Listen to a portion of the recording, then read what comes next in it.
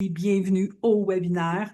Notre but, c'est simplement de partager une compréhension qui transforme la façon dont on vit notre expérience humaine, celle que Sydney Banks a découverte. Une compréhension qui nous ramène à notre bien-être naturel, à notre résilience et à une sagesse présente en chacun de nous.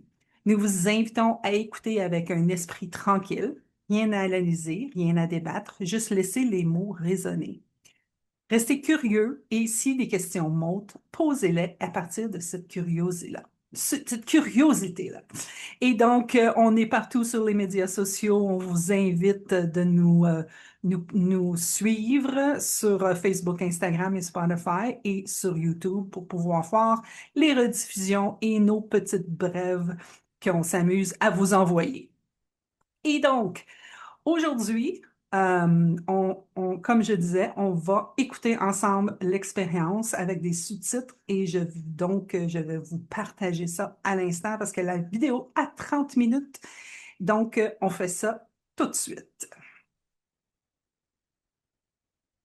Je vais juste demander à l'équipe de vérifier si jamais il y a des gens qui rentrent dans la pièce. Vu que c'est moi qui partage mon écran, je pourrais plus les laisser rentrer. Share. Oh,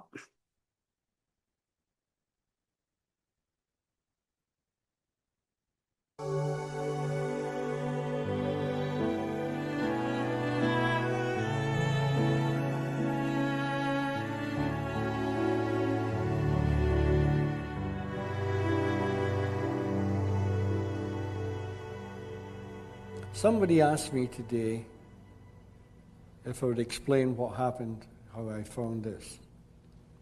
I don't normally do this because I'm really fed up saying it. But I'll say it one more time. I was 102.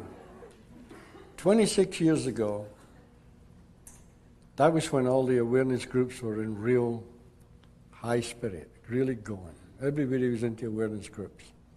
And I really couldn't be bothered with that. I just didn't believe in it. And all my friends were going to awareness groups. And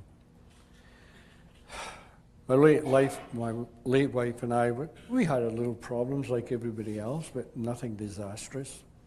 And we thought, no, we're not going to do it. So all my friends were after us, oh, you should really try this place and that place. And we heard that there was a very, very highly specialized person from New York coming to BC. So we thought, well, if we're going to go to the best. So we decided to go. We put our name in and registered. We got frightened and cancelled it. We did it a second time. Our insecurity came back and we cancelled it again.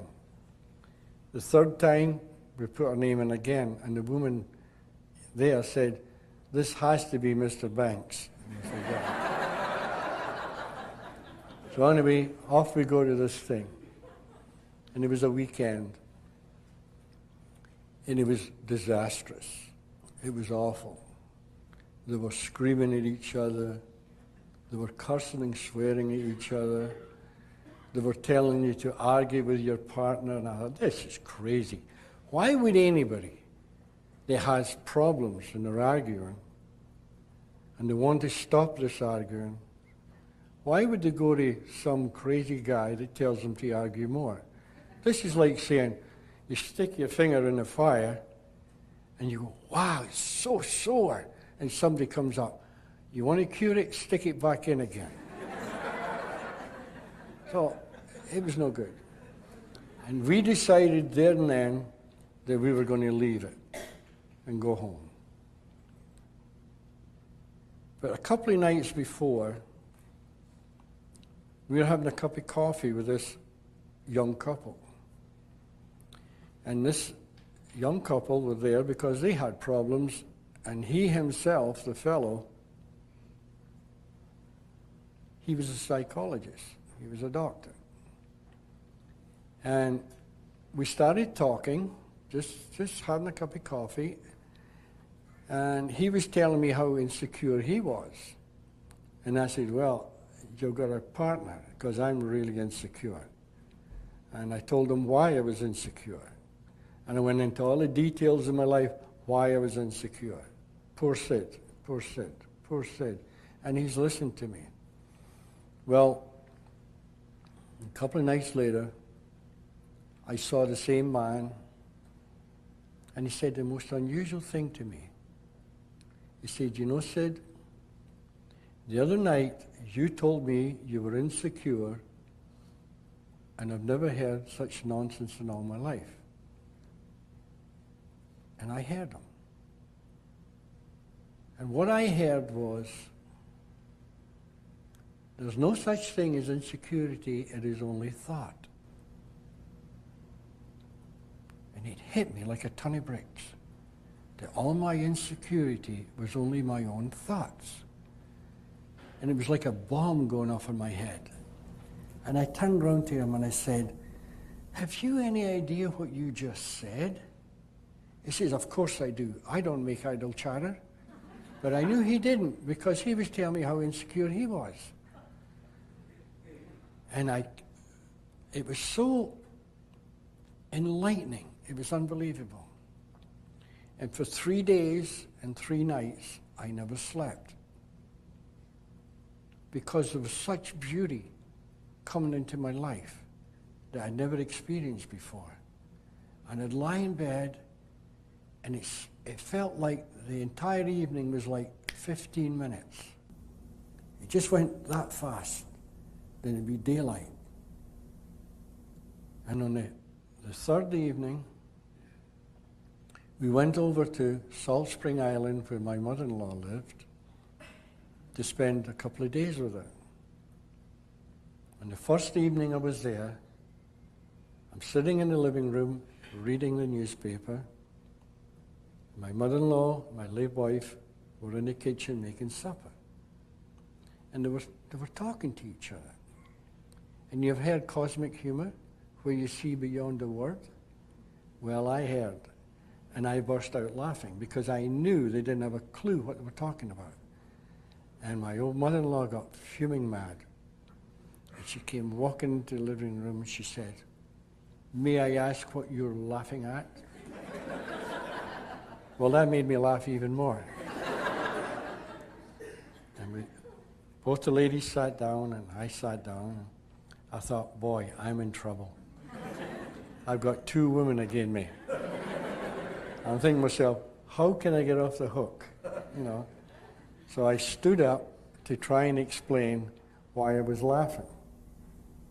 And instead of doing that, I turned around, looked out the picture window at the ocean, and it was like being sucked down a tunnel. Then all of a sudden, I was buzzing, and there was white light all around me, just buzzing, buzzing, and I was in the middle of this light. Nobody could see it, just me. And it was like I was captured in this white light, and I was just buzz, buzz, buzz, and right there and then, I realized the true meaning of God. And I started to cry. And I turned around to Barb and I said, I'm home, I'm free, I've made it. I've conquered this world. This means to say that you and I will be traveling all over the world. We're going to change psychology and psychiatry so millions of people will be healed. Well, you can imagine what these 2 women looked like. It looked like somebody had hit them right between the eyes. And because I'd found a secret to mind, I knew what they were thinking. So I started to talk about normal things, just everyday things. But that didn't take the fear away. And the following day, I was talking so different. I was talking without thought. And everything was just coming out, like I'm doing now. You don't have to think. You don't have to think. And out it came, and nobody knew what I was talking about. And I'm scratching my head saying, wait a minute, am I talking in some foreign language? And I'm talking so simple, and everybody's going, whoa. Well, I went back to my work 2 days later, and when I started to talk, Nobody knew what I was talking about. Now, I wasn't talking about this. I was just talking about everyday life. But still, there was something wrong. I worked in that mill for 10 months after it. No intentions whatsoever of leaving. And one Friday afternoon, I was working away, and I stopped. And I stood up. I thought, oh, I've got to leave. And I walked into the office, and I said, I'd like to hand my resignation in. And I said, oh, Scotty, come on. Please think about this. You've been here nearly 14 years. You've got all this seniority. You can't leave. And I burst out laughing. And I said, I'm sorry, I've got to leave. And they said, well, what are you going to do? And I said, I don't know. They said, have you got money to support yourself? I said, no. Oh, you better think about this. And it was a real turmoil. And I said, no, please, I'm leaving in 1 month's time. Now, how they knew, I don't know. But 1 month later, I went over to Salt Spring, and from all over the world, people came. Gurus from India, monks from Tibet, people from all over the world. And to this day, I still don't know how they heard about it. And that was the beginning. And it was the beginning of good fun. Because I met the most unusual people you've ever met in your life. No wonder they thought I was crazy, because of the people that came. But it was really interesting. But they're talking about spiritual energy, but they didn't really realize what spiritual energy is. Spiritual energy is the world. It is. It just is. You don't have to go looking for it.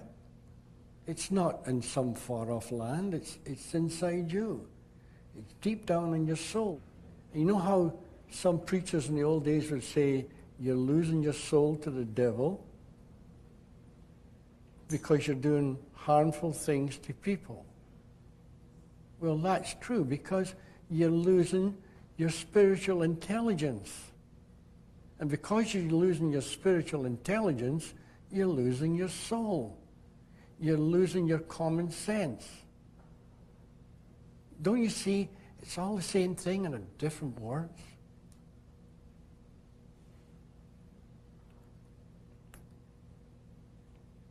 There was many, many things. Another funny one that got me was, matter of fact, it was another guru from India.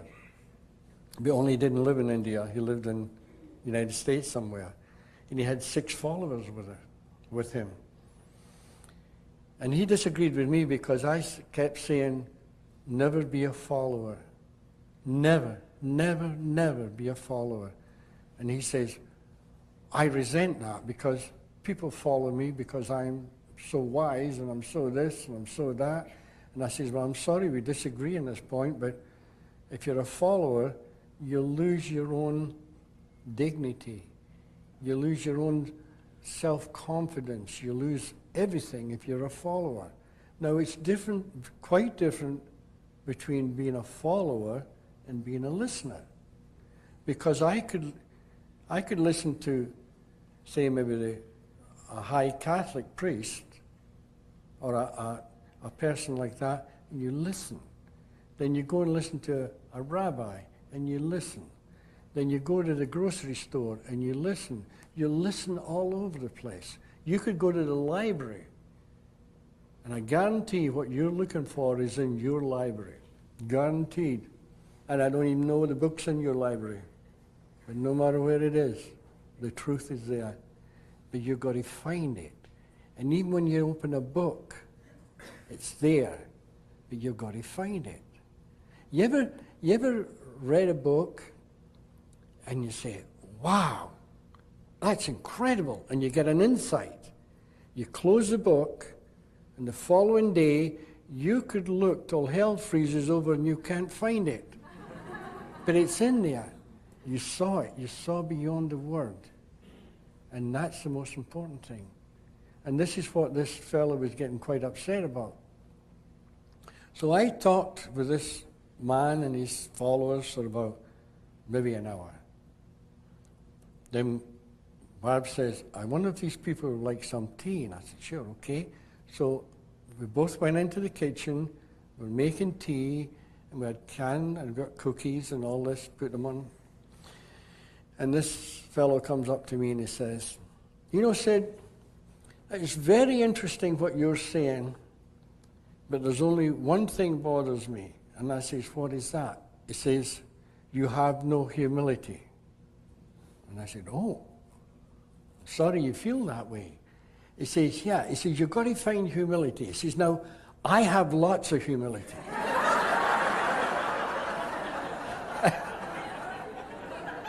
And I'm looking at this man saying, wait a minute, something's wrong here. So anyway, we had the tea ready, and I took the teapot to walk in, and this guru says, can I help? So Bob hands him this can of cookies. Immediately he dropped to his knees, and he walks through the kitchen on his knees, into the living room, all around everybody, passing the cookies on his knees, comes back into the kitchen, and he gets his finger and he says, now that's humility. And I always remember what I said to him. I said, do you know, sir, humility is when it isn't. And he says, what do you mean by that? I says, you figure it out. Now we know, everybody in here knows, we're the most humble people on earth.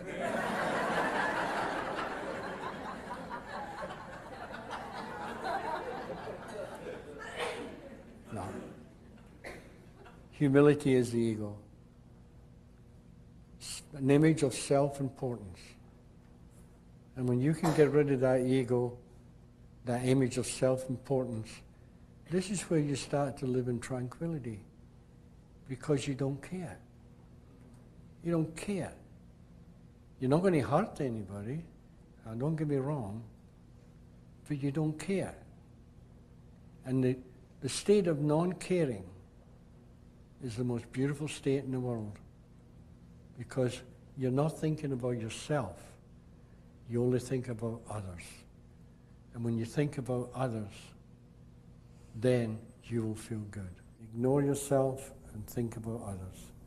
And yet the ironic and the paradoxical thing about this, I said to you yesterday, be as selfish as you can and find it for yourself. But once you find it for yourself, then your world switches.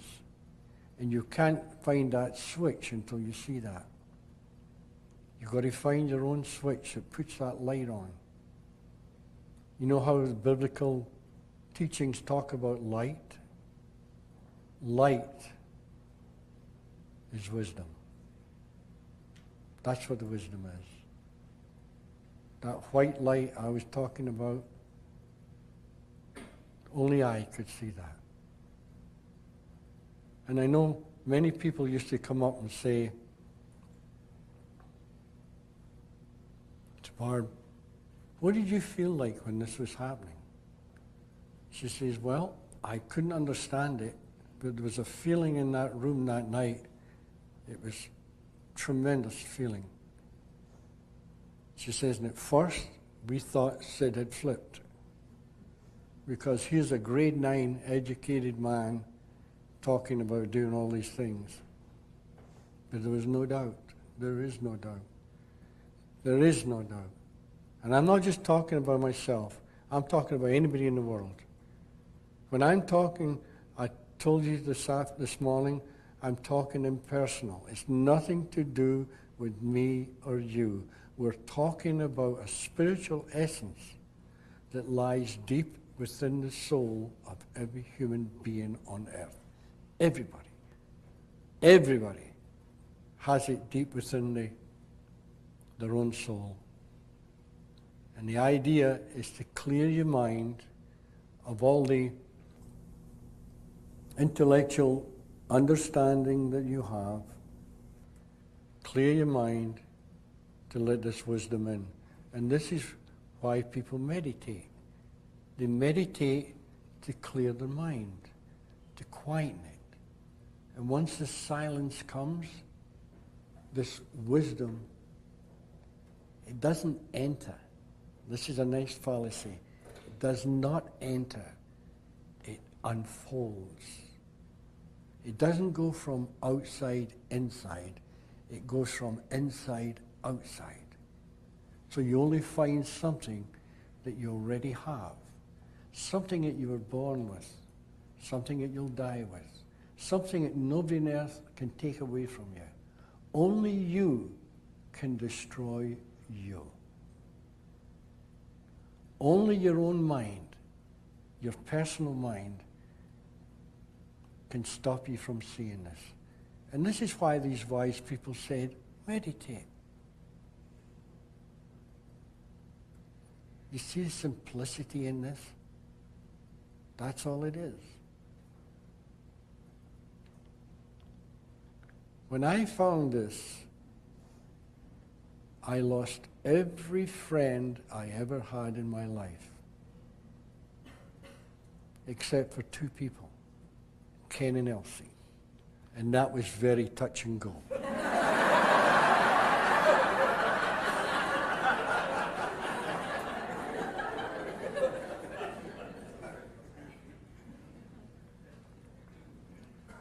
Now, my friends that know me from the past, they thought I was in the middle of a nervous breakdown.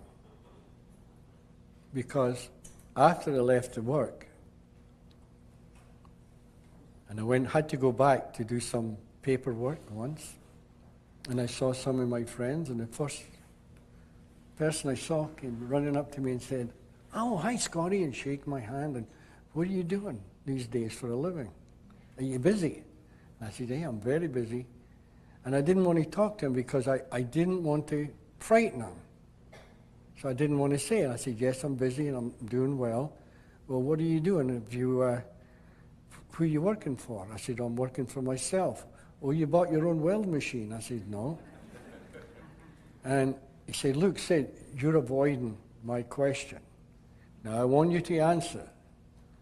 What were you doing, say, 2 days ago?" And I really didn't want to hurt him. I didn't want to frighten him. But I had no other choice. He asked me. And I said, "Well, I was at UBC University, and I was talking to professors." Whoa. He literally exploded and ran. All I saw was his back. And I saw the same man about 5 months later, and he asked the exact same question. "What are you doing?" I said, "Remember the last time you asked that question?" And he went,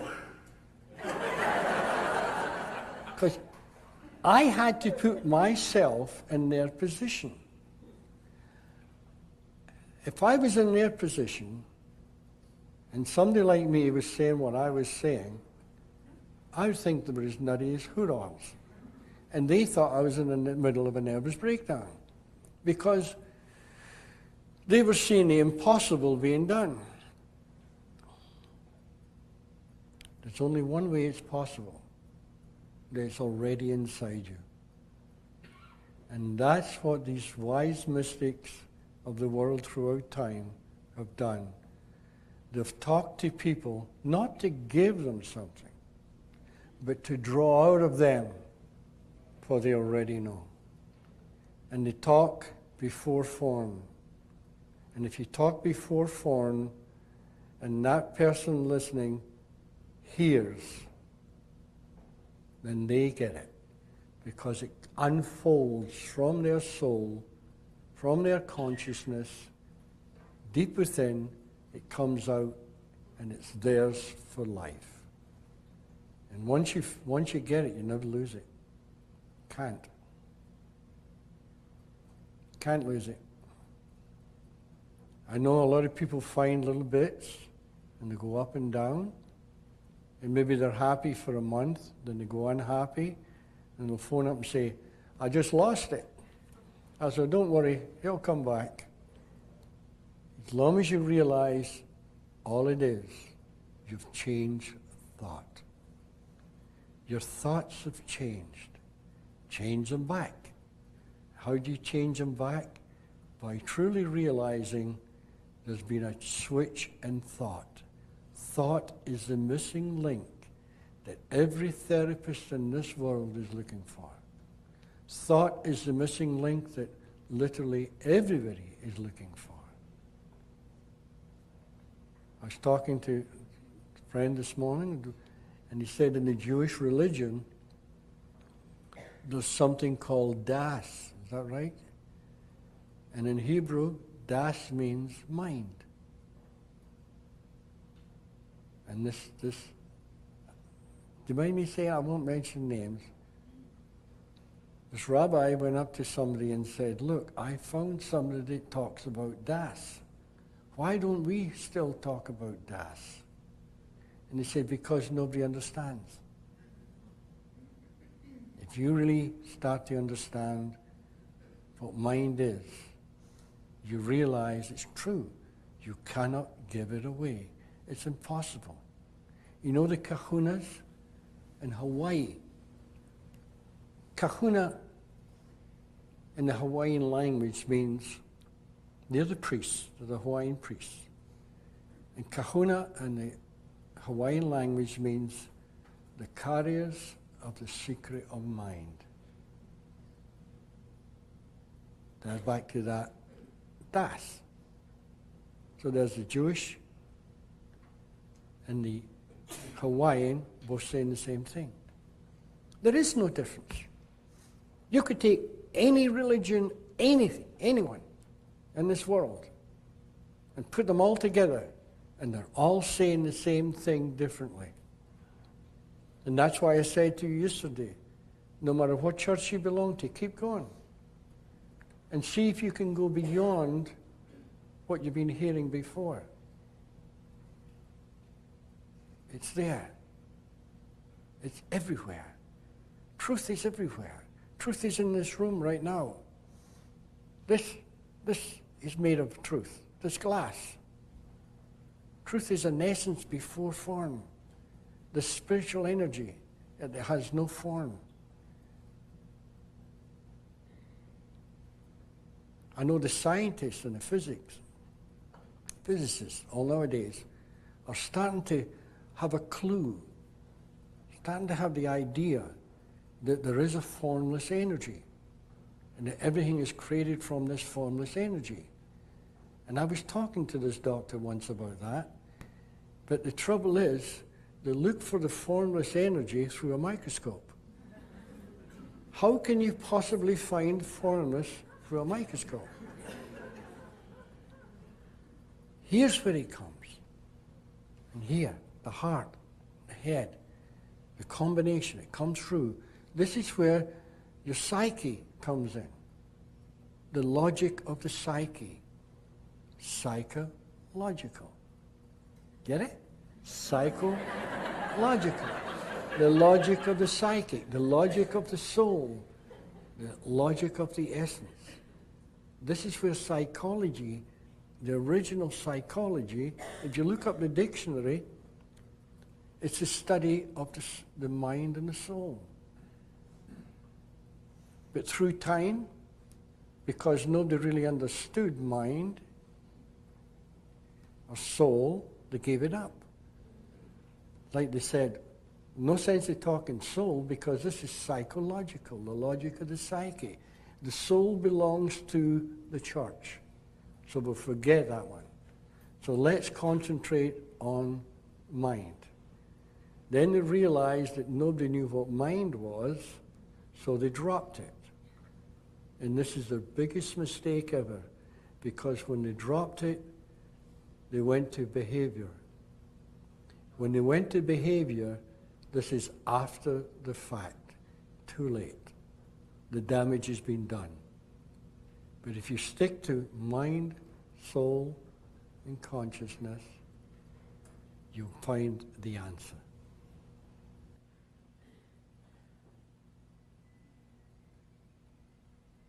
Okay. Anybody got a question? Bob? No, I'm serious.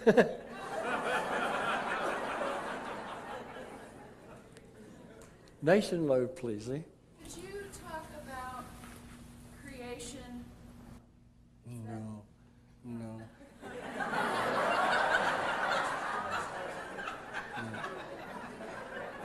Impossible. No. I said yesterday when a newly born baby comes into this world, it's come from the spiritual, it's been incubated, but it has no memory, it hasn't experienced creation yet, because it's still absolutely pure. It has no idea of creation. When that baby is born and it comes into this world, then it's entered the physical world. It's left the spiritual world, come into the physical world, then its five senses take over. Touching, smelling, seeing, tasting, whatever. And that's where it comes into this physical world. And from then on, it travels through the world guided by those five senses. But the five senses on their own are totally neutral until they get amalgamated with mind, consciousness, and thought. They are the creators of this reality, those three principles. If you look carefully, and I don't know much about religion, I really don't. I'm not a religious person. One time, when I was a kid in Scotland, yeah, spiritual, but not religion. Because what I'm saying has no form, and I don't want a form. And that's where it goes missing, because as soon as it takes on a form, it's lost. It's no longer purity. If you can stick with the formless, that's where your life will change. It's like when I started to realize you could talk without thinking, that was a beautiful feeling. It really was. It's like what's happening now. I'm not thinking, just coming out. It's so simple, you don't need thought. You just let what we call universal thought take over. Because the answer is always there. Always, always, always. I remember the first time somebody said to me, this is only about 3 days after my experience, sarcastically, well, what is life? And I said, well, it's a divine dream suspended within the boundaries of time, space, and matter. I didn't know where that came from. I thought, whoa, where did that come from? And only once in my life, I challenged it. And the challenge lasted about 20 seconds. Is this right? Because I was coming out with things that I didn't even know what they meant. I remember once talking to a whole bunch of gurus and doctors and various people from all over the world. The very, very first time I ever spoke. And I spoke for about 2 hours. And when it was finished, I went up to my wife and I said, could you tell me what's the true meaning of this word I've been using all night? And she told me. I thought, oh, thank God, it's okay. But you get used to it. You get used to it. And this is why you ever noticed the therapists in this room right now, and all the helpers of humanity in this room right now, when they get up, they never have a speech. They never have anything written. It just comes out of them. It's simplicity. Simplicity. Simplicity is always the answer. But nobody knows when creation started. Nobody could ever explain that. You just know it has.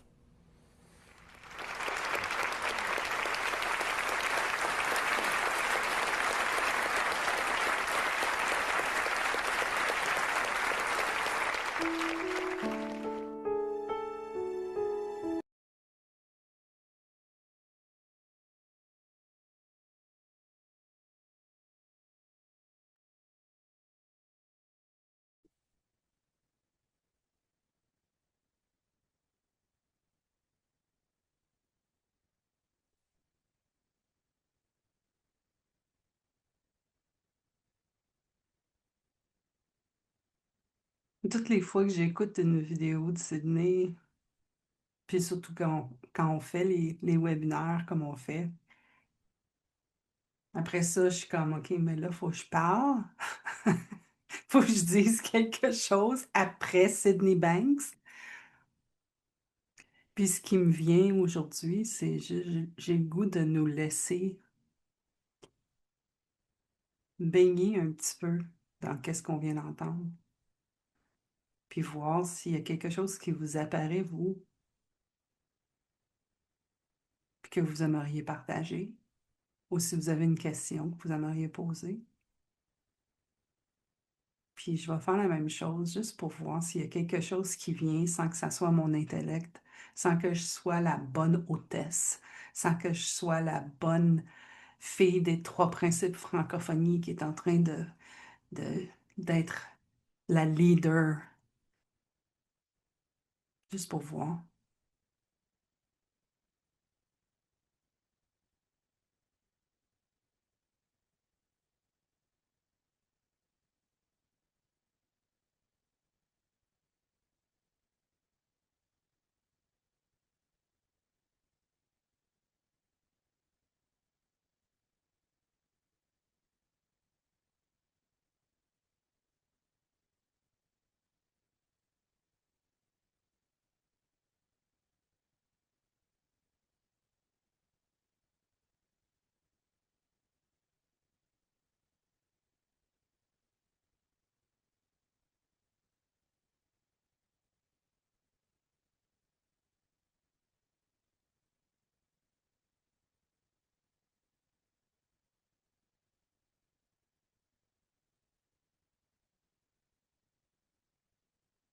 Hmm.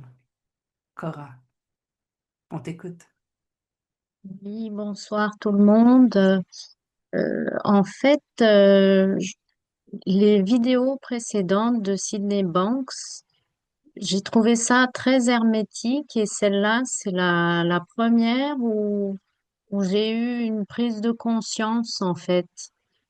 Et, euh, et cette prise de conscience, c'est la suivante, c'est que jusqu'alors, moi, je me concentrais beaucoup sur les pensées, vraiment enfin, sur les trois principes, j'appréhendais pas trop la conscience ni l'esprit, c'était vraiment les pensées. Et là, je me rends compte que c'est peut-être la conscience, le cœur du réacteur, parce que est-ce que c'est pas la conscience, cette fameuse lumière, euh, qui justement permet de voir quand on part dans les pensées et du coup permet d'accéder à l'esprit, à cette sagesse intérieure. Euh, je vois comme un espèce de variateur de halogène, c'est-à-dire que plus la conscience elle s'ouvre ou on monte en conscience, plus on a accès à l'esprit et moins, enfin, quand on descend là en conscience et quand on est noyé dans les pensées, justement, la conscience, elle diminue et c'est là qu'on a moins accès à l'esprit, à cette sagesse intérieure. Moi, avec cette vidéo, c'est cette compréhension, moi, que j'ai eue. C'est drôle, Cora, parce que moi aussi, ce qui m'a frappé dans celui-là, c'était le mot lumière. C'était vraiment que, Mm. tu sais, quand on rouvre la lumière, ben, on voit clair. Quand on voit C'est clair, ben, ça. on sait quel chemin prendre. Fait que moi aussi, ça m'a beaucoup parlé. Merci, Cora. Y a-t-il d'autres choses? Et j'ai assimilé justement cette lumière à la conscience, en fait. Oui. Voilà, et du coup, je me dis que c'est peut-être l'élément central des trois principes. Du coup, maintenant, je me dis, je me focalisais beaucoup sur sur la pensée, mais est-ce que ça vaut pas le coup de prendre conscience de la conscience? Mais tu vois, ce qu'il a dit, je pense que c'est vers la fin, il disait, dans le fond, c'est les trois ensemble. Tu sais, moi aussi, j'adore les pensées, comme quand, J'ai focusé sur les pensées, je vais changer mes pensées, je vais en avoir des meilleures, celle-là est pas bonne. Tu sais, comme j'étais pris dedans. Puis, puis là, après ça, j'ai commencé à voir, moi, mais des fois, même quand je suis pris dans mes pensées, je suis pas attachée à certaines pensées. Puis ça, je l'ai vu, tu vois, qu'est-ce qui me vient présentement, c'est, tu sais, quand on est en train de... Donc, on a un accident. On parle d'un accident d'auto, par exemple. On a un accident d'auto, quand ça arrive sur le coup, ben là, tu sais, notre première réaction, c'est on est-tu correct? Puis là, après ça, on peut rentrer rapidement dans ça n'aurait pas dû arriver, puis là, devenir réactivé. Tu sais, puis là, on est rendu dans la pensée. Tu sais? Puis là, après ça, on sort de l'auto, puis là, on va voir l'autre personne, puis là, on est comme, ben là, qu'est-ce que tu as fait pour finalement te rendre compte que l'autre personne dans l'auto, c'est une petite madame qui est en pleurs, puis qui est comme, qu'est-ce que j'ai fait? Puis là, tout à coup, tu sors de cette pensée-là, puis là, tu veux juste te couper de là. Puis je voyais la différence dans tout ça, puis c'était une expérience qui est arrivée, et c'est tout arrivé en même temps. C'est comme, c'est un tout. C'est un tout qui nous arrive. Fait qu'ils fonctionnent tous ensemble. Et chacun, tu sais, on a un différent, tu sais, quand Sid il dit on peut pas y toucher, on peut pas te toucher, mais à quelque part à l'intérieur de nous, on sait. Mais comment on fait pour le savoir? Puis là, quand je rentre dans ça, mais là, je me perds, là, remarque. Parce que là, j'essaye d'aller mettre des mots sur un sentiment que je peux pas expliquer. En tout cas, fait que je trouve ça très intéressant comme exploration et j'adore que la conscience soit la lumière. Moi aussi, je la vois comme ça. Moi aussi, je vois que la conscience, c'est comme la lumière. Quand tu vois plus, tu vois plus, tu sais.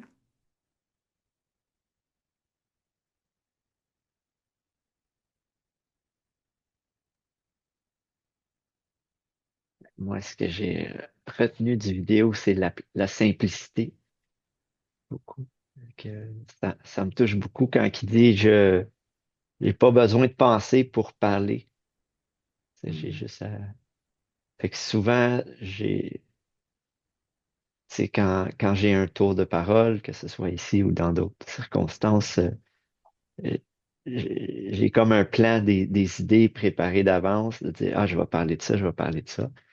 Puis là, ça m'est venu aussi pendant la vidéo, mais plus ça avançait, plus de moins en moins j'avais de pensée, puis plus j'étais dans le feeling. Puis quand ça a fini, c'est vrai, il y avait un espace d'expansion. Je sais pas comment dire.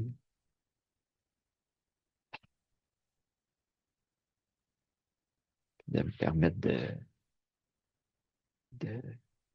juste de me reposer là-dedans. C'est nouveau. Il y a aussi, ben, il disait qu'il y a dans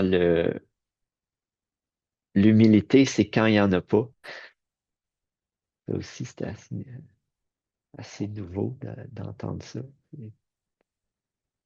Fait Ouais, mais c'est ça, ça me fait voir comment il y a des fois, tu sais, ça, ça me fait voir comment, une des choses que je regarde moi pour moi-même ces temps-ci, c'est comment c'est important que je sois bonne. Tu sais, il faut que je sois une bonne fille. Mais si je pense qu'il faut que je sois une bonne fille, c'est à quelque part, j'ai inventé que j'étais pas une bonne fille. Parce que sinon, j'ai pas besoin d'y penser. Je suis une bonne fille.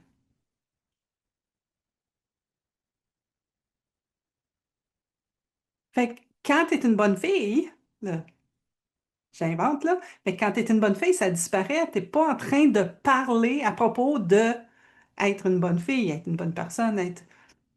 Fait que ça a fait du sens pour moi. L'humilité, t'es humble, t'as pas besoin de dire non, mais moi, là, je suis très humble.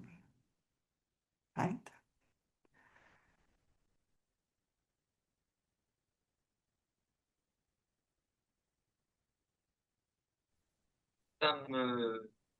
Ça me ramène à un besoin d'explicitation, en fait. J'ai déjà posé, je crois, la question, peut-être sur la page Facebook, je sais plus. Je suis pas clair sur cette notion de pensée dans la formule des trois principes, des trois P. Parce que, bon, si on parle de pensée mentale, ok, le ciboulot qui tourne en rond, etc. Mais quand Sydney Banks parle et qui dit quelque part, il contrôle pas ce qu'il dit, c'est comme un flux qui le traverse, c'est bien une pensée, mais une pensée qui vient d'au-delà. Alors, de quoi on parle? De laquelle des deux on parle au sein des trois P? Ben, je pense que, et je vais juste te dire qu'est-ce que moi je pense, de toute évidence. Euh, mais ce que j'ai pu voir dans plus j'explore le sujet, c'est t'as l'énergie de la pensée. Et l'énergie de la pensée, c'est que on est capable de créer avec ce qu'on fait. On est capable de créer les choses, tu sais. Il y a quelqu'un un jour qui vivait, je sais pas où, on va dire, il vivait dans une caverne, puis il était tanné d'être assis à terre. Puis là, il s'est dit, qu'est-ce que ça avait l'air si j'avais quelque chose que je pouvais mettre mes fesses dessus? Puis il a inventé la chaise, tu sais. Mais c'est venu ça l'a apparu et là, avec le pouvoir, cette énergie de la pensée, il a conçu la chaise. Tu sais? Puis, ce qui arrive, c'est qu'on oublie qu'on est capable de faire ça. C'est devenu tellement invisible pour nous qu'on pense et on crée, qu'on croit ce qu'on crée. Donc, là, là on a parlé de la chaise, qui est quelque chose de basique, mais tu sais, là, quelqu'un a vu une autre chaise, puis là, il a dit, ouais, mais là, si tu mettais un petit coussin, si c'était mou quand je m'assisais dessus, ça serait bien. Fait que là, il a dit, tiens. Là, après ça, il y en a un autre qui a pensé, il a dit, ouais, mais là, si je serais capable de lever mes pattes, il a fait ça. Fait que ça, c'est tout à partir de la création de la pensée. Là, on parle de quelque chose de concret, on parle d'une forme qui est facile à pointer. Tu sais, on est capable de parler de pneus, on est capable de parler d'ordinateur. Mais ce qu'on parle pas, c'est que si j'invente que je suis pas une bonne personne, c'est l'énergie de la pensée qui a créé ça. C'est moi, c'est cette même énergie qui a créé je ne suis pas une bonne personne. Et cette même énergie a créé c'est pas correct. Comment on va faire pour le changer? Et là, on est pris dans le processus. On est comme coincé dans l'énergie de cette pensée-là. Puis là, ça devient quelque chose. Puis là, ça devient, tu sais, ça devient plus gros. Et ce que Sydney, comme Sydney disait, c'est un tout. Tu sais, ce qui arrive, c'est qu'on reste focusé sur une chose. Notre attention est portée juste sur cette pensée-là qu'on vient de créer, qu'on a totalement oublié qu'on a créée. Puis là, elle devient vraie. Fait que là, on crée, il faut que je la change. Et là, celle-là devient vraie. Fait que là, on reste pris dans ce processus-là. Mais à la source, tu as l'énergie qui crée. Puis après ça, tu as créé des choses. Comme la chaise, la première chaise qui a été créée, tu sais. La première chaise a été créée, le deuxième l'a faite, là, la deuxième l'a créée. Mais la chaise existe maintenant, là. C'est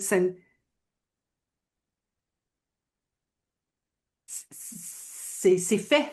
Tu sais.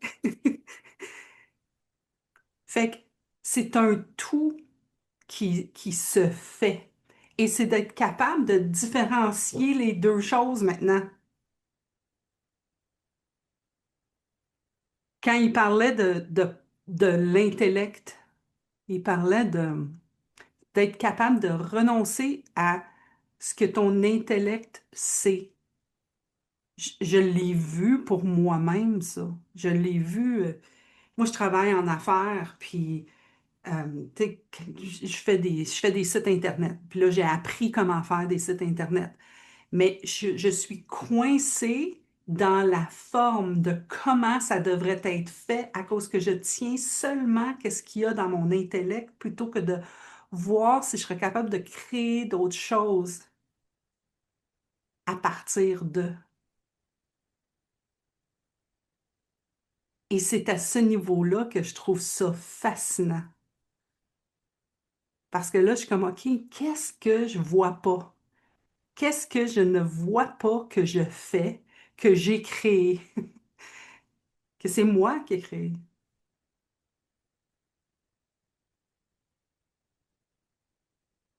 Fait que tout ce que j'ai à dire, Olivier, c'est fais juste continuer à regarder parce que c'est quelque chose que tu as besoin de processer, tu sais, de voir. Il y a quelque chose que tu vois pas, tout simplement.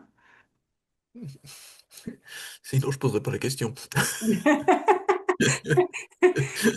sais, mais je continuerai de regarder parce que je te dis que tu es dans la bonne direction parce que tu te poses la question. Fait que même tout ce que je peux dire, comme Sid disait souvent, écoutez pas mes paroles, regarde à l'intérieur de toi. Là, il y a quelque chose qui t'intrigue. C'est quoi ça? Puis tu vas trouver ta propre réponse. C'est là, à l'intérieur de toi. Bien. Est-ce que c'est Merci. complet? Je ne sais pas. On va laisser Ben, mûrir. tu reviendras. Voilà. Merci, Olivier. Je t'en prie. C'est moi. Le- Cora, tu peux prendre la parole. Oui, alors je sais pas si ça peut aider Olivier. Euh, Moi, je suivais à une époque une personne qui faisait la distinction entre les pensées et puis les idées, dans le sens où la pensée, c'est quelque chose qui est issu du conditionnement, c'est comme un programme qui s'active en fonction des événements et c'est toujours la même chose. En fait, c'est des pensées qui tournent en boucle et on est activé. Et par contre, l'idée, c'est l'éclair de génie en fait. C'est le truc qui arrive et puis ça provoque une expansion et puis ah oui, bah c'est le la fameuse chaise, ah bah tiens et si on faisait ça, etc. Et on voit bien que c'est pas la même nature que bon bah là je suis en train de vous parler, mais de quoi j'ai l'air? Est-ce que je parle correctement? Est-ce que comment vous allez me juger, etc. On voit bien qu'il y a, enfin que c'est pas la même chose. Et du coup, donc il y a cette espèce de pensée plombante. Et puis il y a enfin, bah, il y a les idées, il y a les trucs qui nous arrivent spontanément et qui sont peut-être issus de l'esprit, tout simplement, de la sagesse intérieure. Hmm.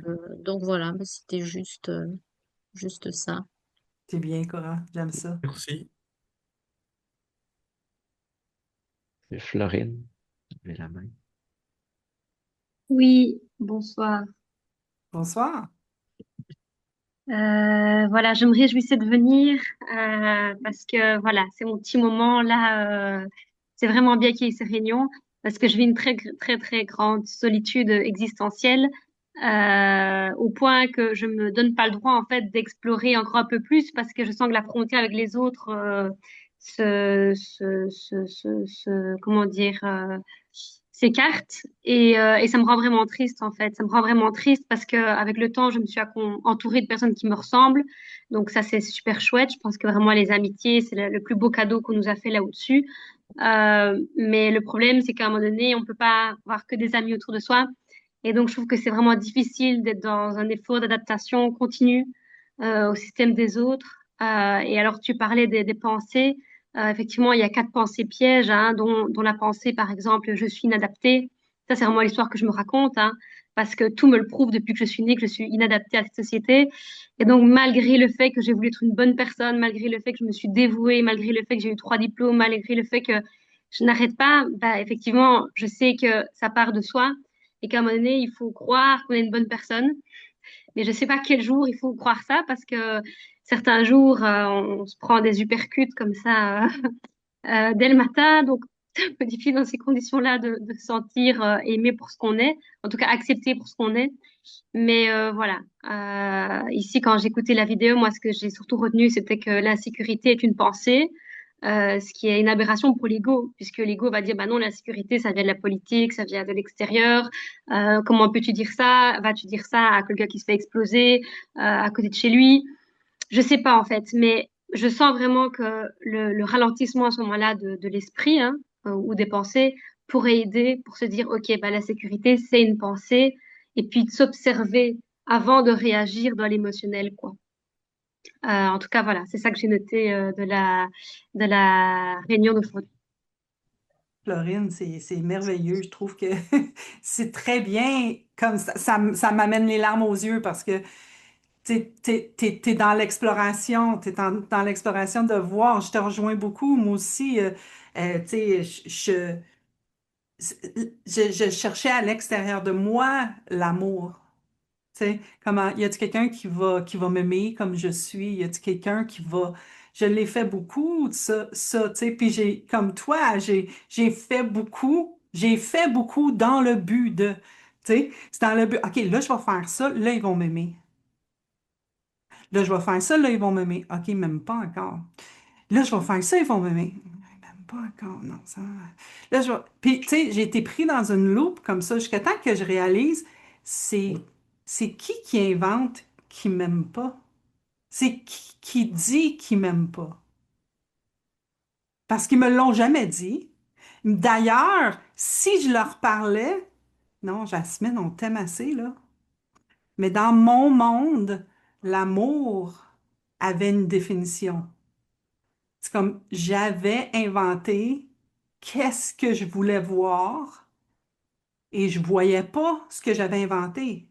Mais c'est moi qui l'avais inventé.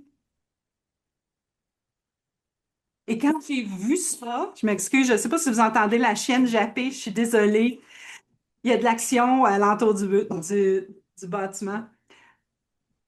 Quand j'ai commencé à voir que je pouvais faire confiance aux gens qui me disaient qu'ils m'aimaient,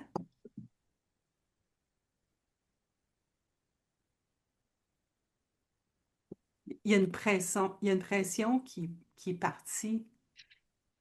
J'ai eu un relâchement. Hmm.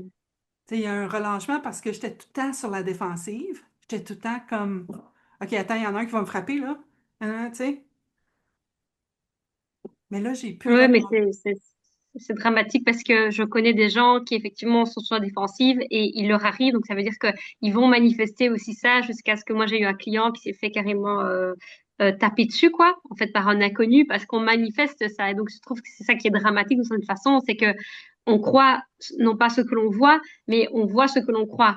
Et donc, je trouve que dans un monde, parfois c'est un peu catastrophique parce qu'il y a des gens qui sont là-dedans, qui veulent pas se remettre en question et qui du coup tombent dans des situations où en fait ils jouent avec leur vie en fait quand même.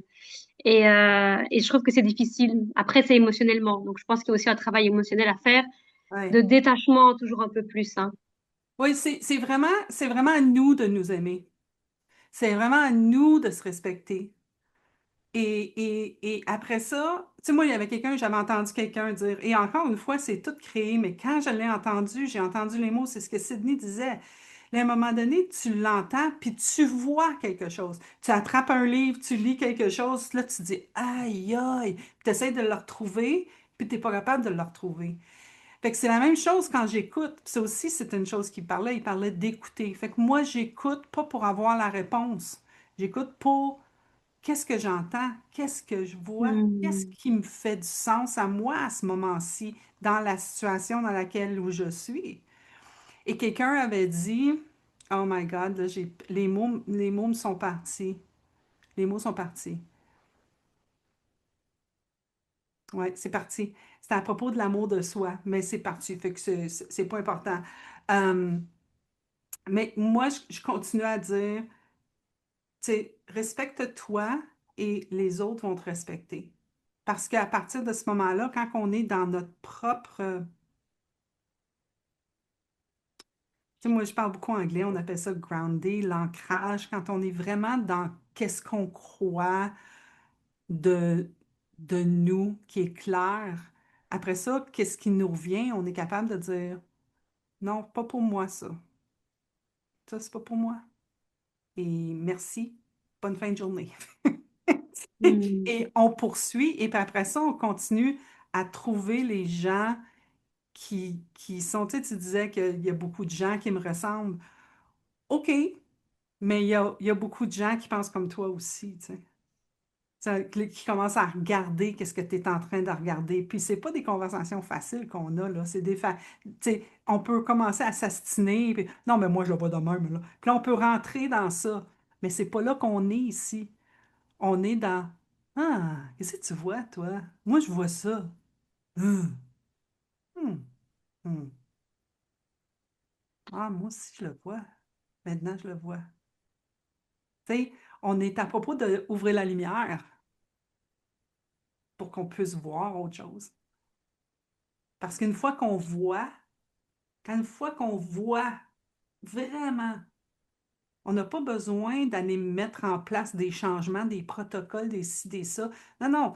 L'eau chaude est là, l'eau froide est là. Je tourne l'eau chaude, je me brûle. Aïe, aïe, aïe, aïe, aïe, aïe. Attends, il y a de l'eau froide ici.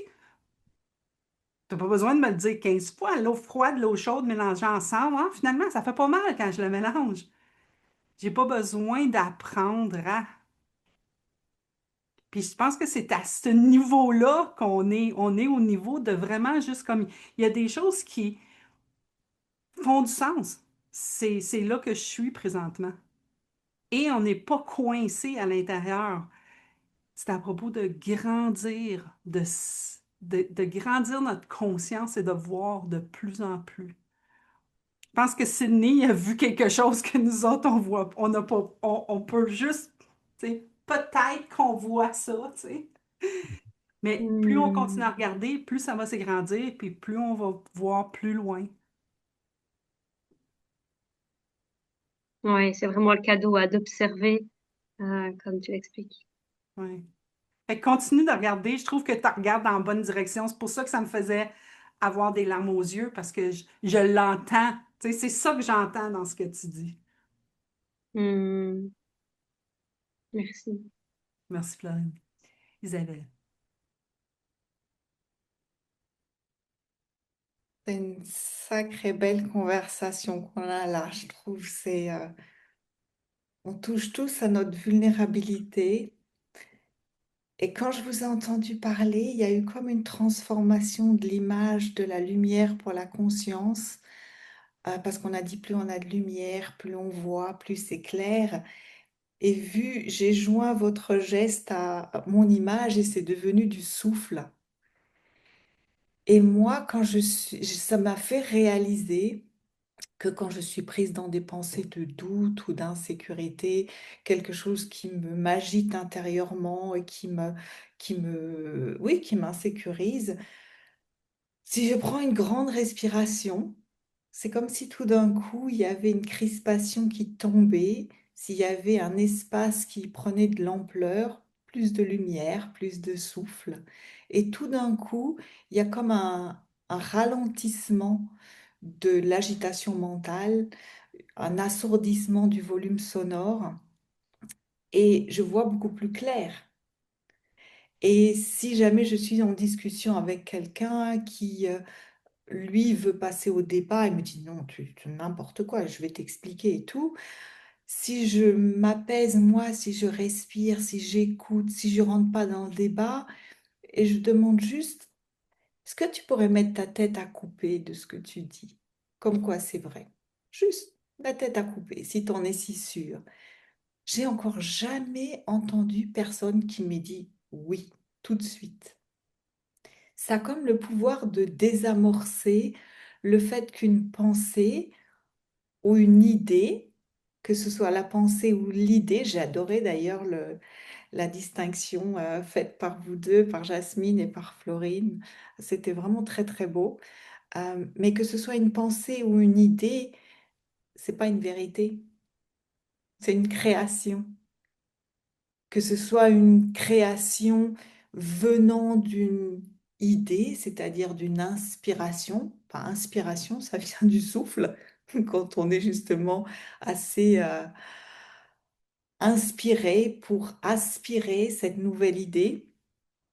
Donc que ce soit une idée ou que ce soit une pensée qu'on génère avec notre intellect, c'est une chose qu'on a créée de toutes pièces, donc il y a zéro vérité là-dedans. Donc tout d'un coup, on se rend compte que tous ces débats n'ont juste aucune raison d'être, aucune justification. Il n'y a rien qui justifie un débat, parce qu'il n'y a aucune objectivité ni dans les pensées ni dans les idées. Ce sont des briques de Lego, ce sont des briques de construction, ce sont des éléments de création, ce sont des outils, rien d'autre. Donc, merci d'avoir fait remonter à ma conscience cette respiration, cette inspiration comme autre image de la lumière pour la conscience qui demande à, ouais, quelquefois qu'on laisse le souffle, l'agitation se déposer. Et puis tout d'un coup, ben, c'est un peu comme un appareil photo. Quand on arrête de resserrer l'objectif avec nos pensées et qu'on voit vraiment trop étriqué, tout d'un coup, toute la lumière passe dans l'objectif et puis on a la vision d'ensemble, la clarté et la possibilité d'aimer l'interlocuteur sans que ce soit réciproque. Et ça me fait penser maintenant à cette histoire de cyberattaque. Le fait de pouvoir être dans cet état d'apaisement, dans cet état d'amour qui nous englobe tous, même quand quelqu'un a les pires intentions, ça a quelque chose de désarmant. Ça a quelque chose de désarmant et je me rends compte de ce que je dis parce qu'on pourrait me dire mais jusqu'où on va là-dedans et je ne veux pas rentrer dans le débat. Mais j'en ai fait suffisamment l'expérience dans plusieurs circonstances pour dire que je suis encore scotchée, mais c'est complètement désarmant. Et c'est ce que j'avais envie de partager, peut-être comme chose à explorer chacun de notre côté, jusqu'où on peut aller dans cette présence. C'est aussi peut-être un autre mot pour la conscience, dans cette écoute, dans ce non-jugement, jusqu'où on peut aller pour ressentir l'intensité de l'amour qu'on essayait de trouver ailleurs. Et quand cet amour intense prend toute son ampleur, il n'y a rien qui résiste.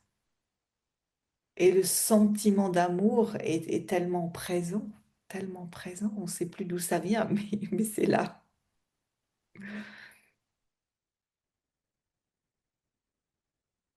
Voilà, c'est ce que j'avais envie de partager en toute spontanéité. Merci, Isabelle.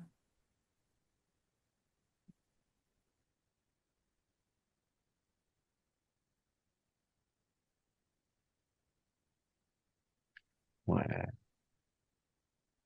Ça me paraît évident maintenant qu'il n'y a rien à faire pour être aimé parce que j'ai le principe de l'esprit de vie comme Isabelle aime le présenter.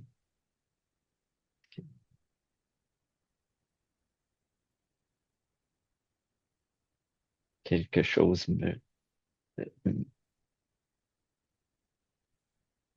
pas que je veux que, non, je ne sais pas comment dire. Je suis là, j'existe et quelque chose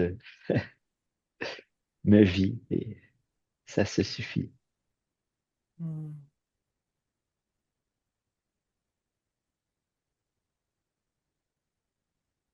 Mais encore, je continue d'avoir des pensées sur moi que je suis pas assez.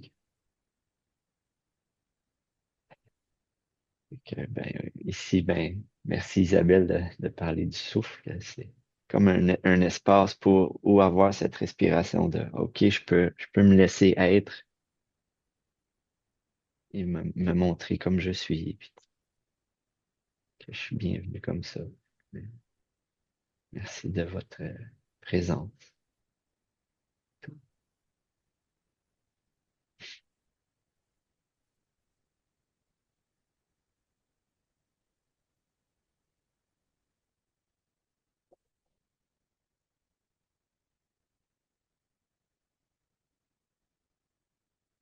Cora. Maintenant que j'y pense, il y a autre chose qui m'a frappé dans la vidéo de Sydney Banks. C'est aussi que il dit que, en fait, il faut se laisser, en fait, ce qu'il dit, ça va nous toucher ou pas. Et ça dépend pas de lui.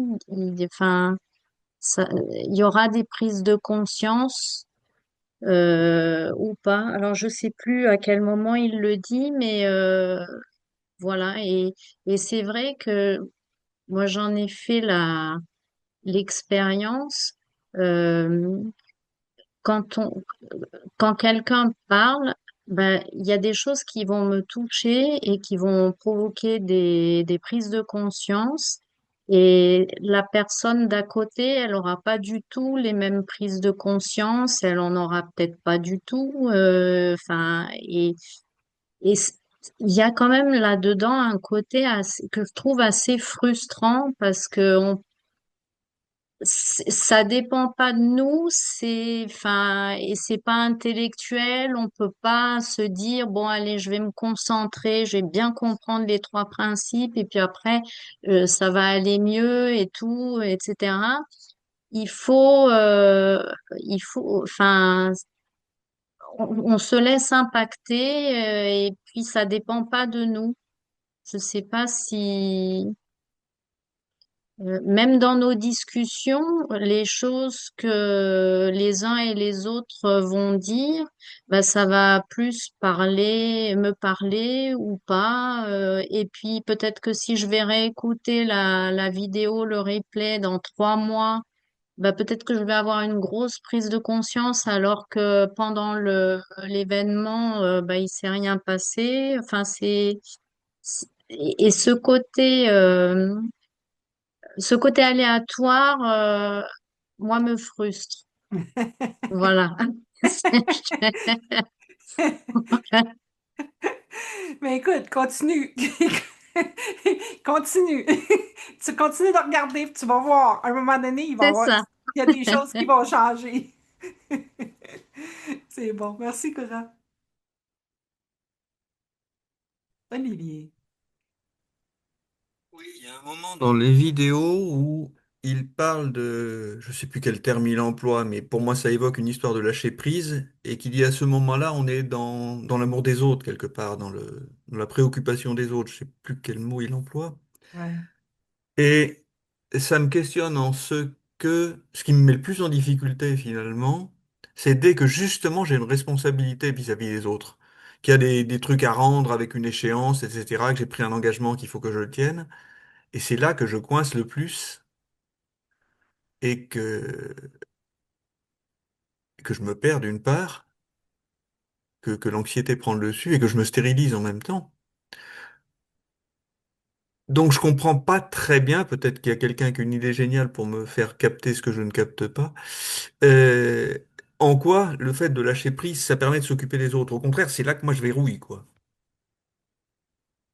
Mais est-ce que tu crois que lâcher prise, ça veut dire perdre contrôle? Ben il y a de ça dans la mesure où j'ai très souvent l'impression que finalement, si je lâche prise, je perds c'est plus moi qui décide de quand les choses se font ou se font pas. OK, fait que ma prochaine question, c'est est-ce que tu crois vraiment que c'est toi qui décides comment les choses vont aller? Quand j'essaie de passer en force, je sais que je me plante, mais n'empêche que ben, quand il y a une échéance, il faut bien respecter cette échéance. Mais c'est une belle exploration pour toi, Olivier. Je regarderais ça, moi. Je regarderais ce côté-là de dire, est-ce que j'ai vraiment le contrôle? Et c'est quoi vraiment, comment gérer l'échéance, tu sais? Comment, qu'est-ce que je dois faire moi? La seule personne en qui tu as le contrôle, c'est toi. Fait que c'est toi qui vas savoir, c'est toi qui sais qu'est-ce que tu fais, qu'est-ce que tu fais pas, qu'est-ce que tu peux faire, qu'est-ce que tu contrôles, qu'est-ce qui fait que tu n'as pas à aller à l'échéance. Est-ce que le stress est important dans les séances? Est-ce que j'ai besoin de me faire, tu sais, comme, je pense qu'il y a une petite boule de pensée à l'intérieur, là, qui sont toutes comme, tu sais, comme les élastiques, tu sais, les boules d'élastique, là, tu sais, t'en mets un, puis là, t'en mets un autre, puis t'en mets un autre, t'essaies d'en enlever un, puis là, tu sais, c'est comme, c'est tout bien coincé. Je trouve que c'est une belle exploration pour toi de vraiment regarder cet endroit-là, tu sais. Qu'est-ce que ça a l'air? C'est quoi? C'est quoi la pensée? C'est quoi que je pense? Est-ce que je suis dans ma pensée? Est-ce que je suis dans la conscience? C'est quoi que je vois pas? C'est comme juste une exploration curieuse et non pas une exploration où ce que tu te tapes dessus, là. Juste vraiment voir qu'est-ce que ça donne. Ça me paraît pas évident parce qu'il y a quelqu'un encore qui me disait il y a juste quelques jours que mais faudrait peut-être que tu arrêtes de te questionner surtout à longueur de temps, c'est comme ça que tu te tortures. Got it. Oui, oui, c'est vrai, mais c'est une très bonne idée. Qu'est-ce qu'ils t'ont dit là aussi? Tu pourrais arrêter d'y penser puis juste faire, tu sais. Mais ça sera pas une réponse. Je peux donner des mots et des mots et des mots, mais il n'y aura pas de mots qui vont répondre à cette question-là, à mon avis. Ça va être un feeling, un sentiment, excusez. C'est un ressenti, tu vas le ressentir. Euh, je pense que lâcher prise pour moi, je- la seule chose qui me vient en tête, c'est de te donner, te raconter une histoire que, pour te montrer un peu qu'est-ce que ça donne. Tu sais, présentement, mon père, puis on peut dire lâcher prise, mais je vais juste te dire que j'ai juste arrêté d'essayer de contrôler une situation. Fait que mon père déménage, mon père a 84 ans, il a vendu sa maison. Et moi, je voulais que mon père le fasse d'une certaine manière.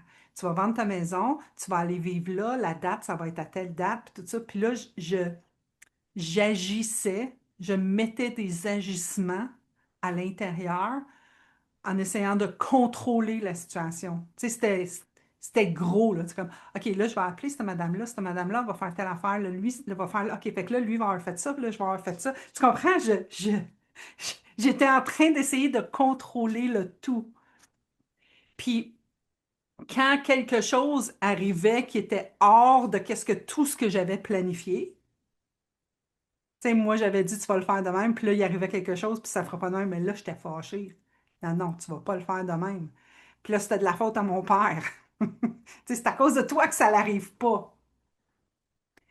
À un moment donné, j'ai dit, arrête, Jasmine, arrête de tout essayer de contrôler la situation. Les choses vont arriver comme les choses vont arriver. Et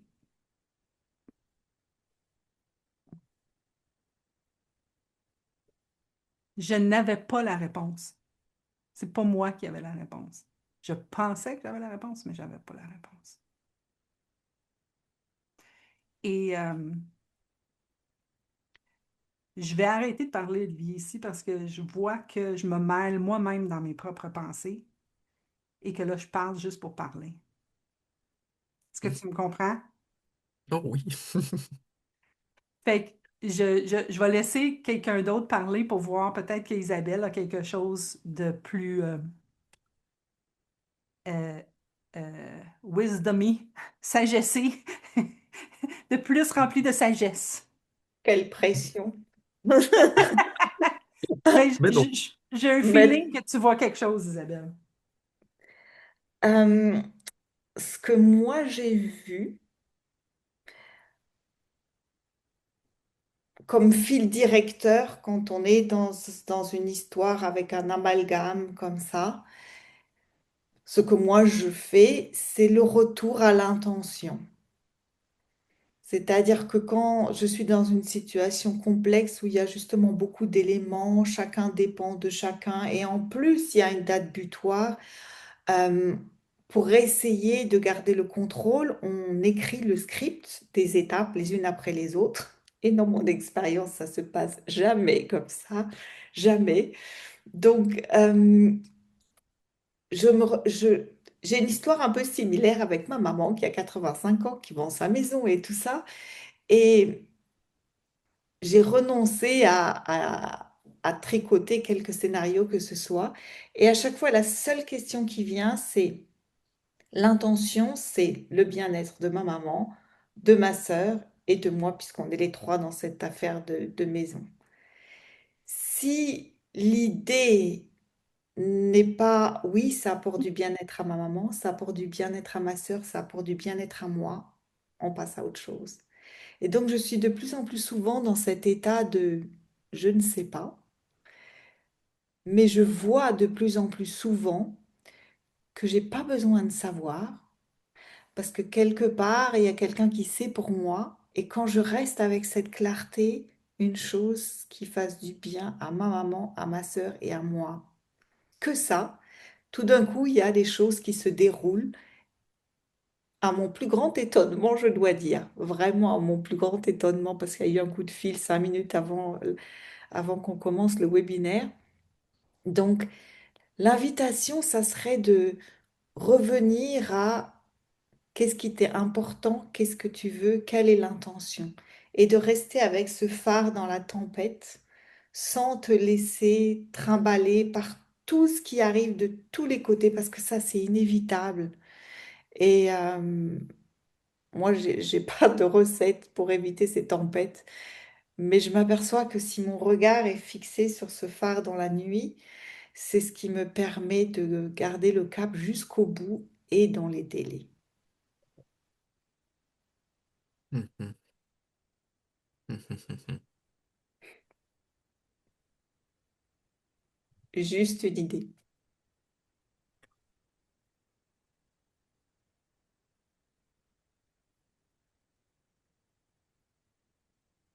Alors, moi, si ça peut aider, dans le cadre professionnel, j'ai fait l'expérience à des moments où, justement, il m'arrivait des choses qui n'étaient pas prévues, de me dire, bon, bah ok, bah si c'est comme ça, bah c'est que ça doit être comme ça. Et puis de laisser faire, en fait.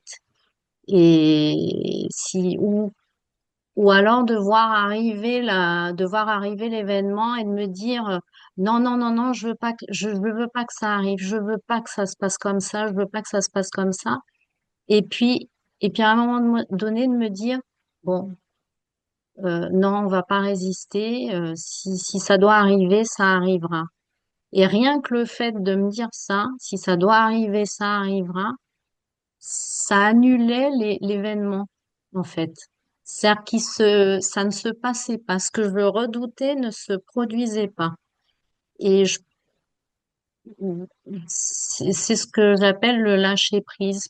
Parce qu'à un moment donné, de se dire, bon, ça sert à rien de résister, enfin voilà.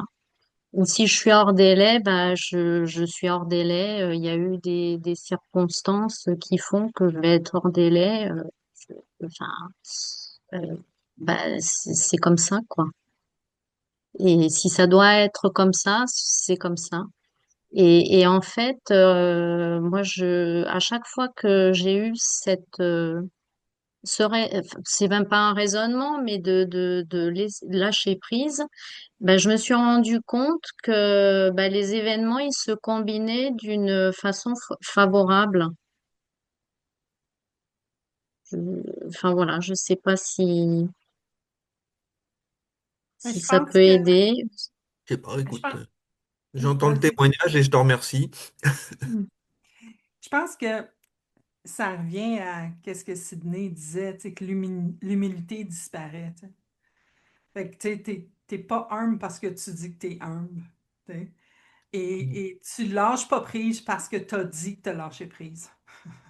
Tu sais, c'est encore invisible. C'est quelque chose il va arriver, puis là, tu vas revenir dans 2 semaines, tu vas faire genre, Hey, j'ai lâché prise!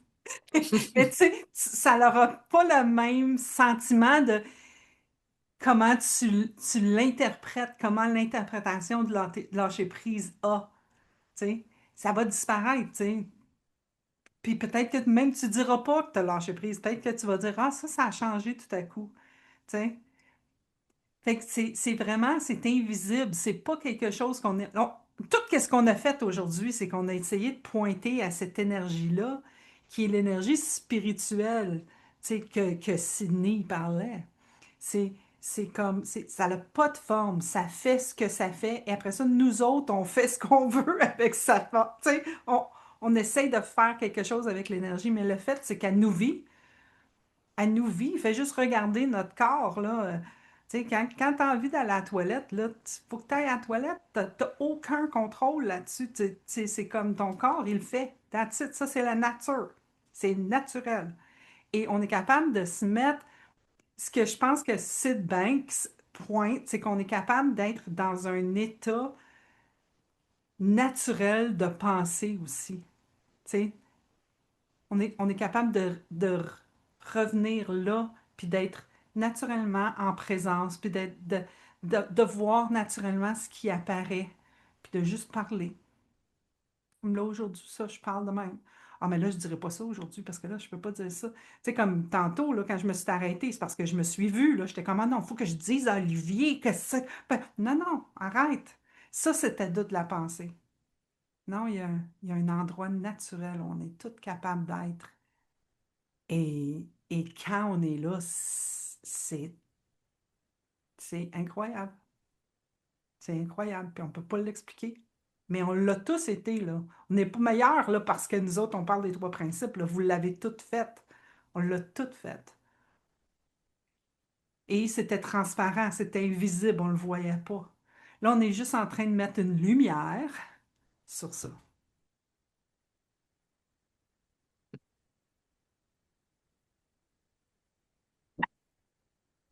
Fait qu'écoutez, on est rendu, on a passé à travers, on a fait notre 90 minutes. Je vais en profiter pour vous dire c'est quoi notre prochaine date. Attendez-moi une petite seconde. Notre prochaine date, c'est le 14 mai. Et on est chanceux, c'est avec Marina Galland, qui est une hispanophone qui parle très bien le français, très bien l'anglais. Et elle vient nous voir encore une fois. Et on va parler de la fraîcheur de l'instant. Et c'est le 14 mai. Donc, au 3pfrancophonie.org, vous pouvez vous inscrire. Et on espère vous y voir. Merci tout le monde d'avoir été là et d'avoir participé. C'était le fun. J'aime ça quand on participe. Merci. Merci beaucoup. Merci. Bye tout le monde. Merci. Merci bien.